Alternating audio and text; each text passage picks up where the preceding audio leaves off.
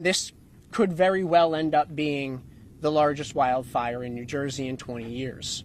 It's day 2 of a rapidly growing wildfire in southern New Jersey. It was a dangerous wildfire moving quickly. It's pretty extreme conditions right now. Tens of thousands of people are without power. This morning, we were cleared to begin our damage assessments. For hours on Tuesday, voluntary and mandatory evacuations were ordered for about 5,000 people.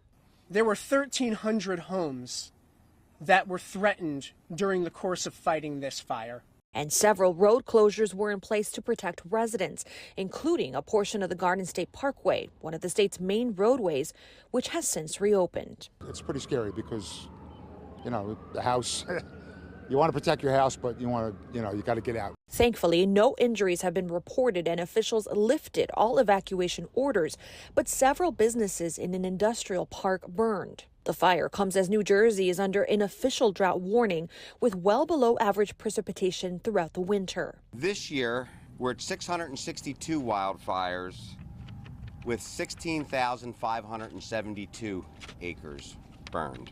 To compare, by this time last year, the Garden State experienced less than half that number with 310 wildfires. Approximately 7,000 acres of New Jersey's forests are burnt each year. This week's fire has already surpassed the yearly average. The cause is under investigation. I'm Maribel Gonzalez reporting.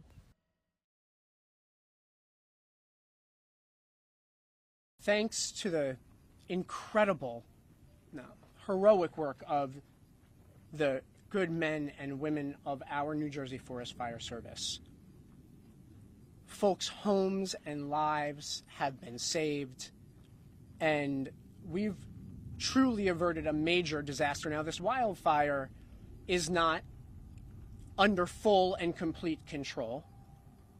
We still have a lot of work to do. We are anticipating the fire to grow from beyond the current estimate of 11,500 acres at 30% containment. And that is because this is still a very active fire. And there are burnout operations that are ongoing. The expectation is that that number of acres will grow, and grow in a place that is unpopulated, that is more open wilderness. But in order to fully contain the fire, more burnout operations are necessary, and that will likely increase the overall acreage.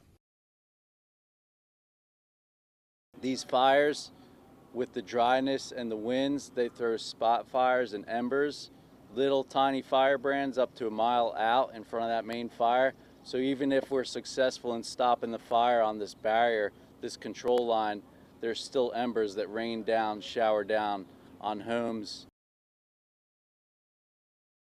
We are at 40% containment, 12,500 acres consumed. Throughout the day, the Forest Fire Service has been addressing lots of resident calls for hot spots and smoke flare-ups.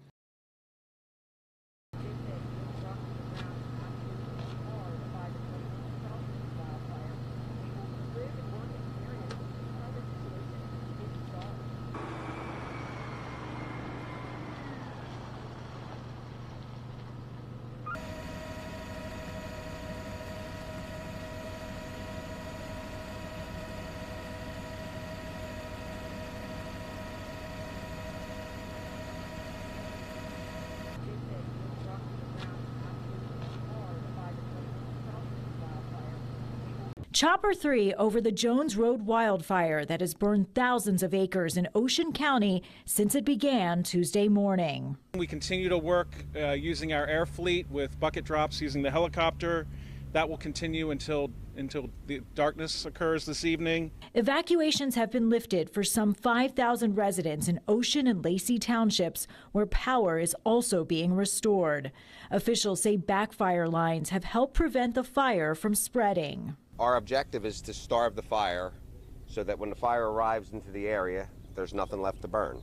New Jersey Forest Fire Service Chief Bill Donnelly says as crews continue to gain the upper hand on the fire, some will start staggering their shifts. We're going to start to downsize once the threat is gone in certain areas, especially with nightfall coming.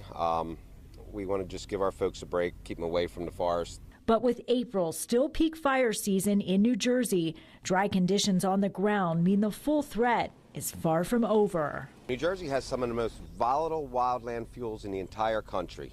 You know, everybody's used to seeing California and things like that, that chaparral that burns up them hills and goes crazy. Well, these pine barrens out here are the exact same type of fuel model. They are just like having napalm spread across the ground.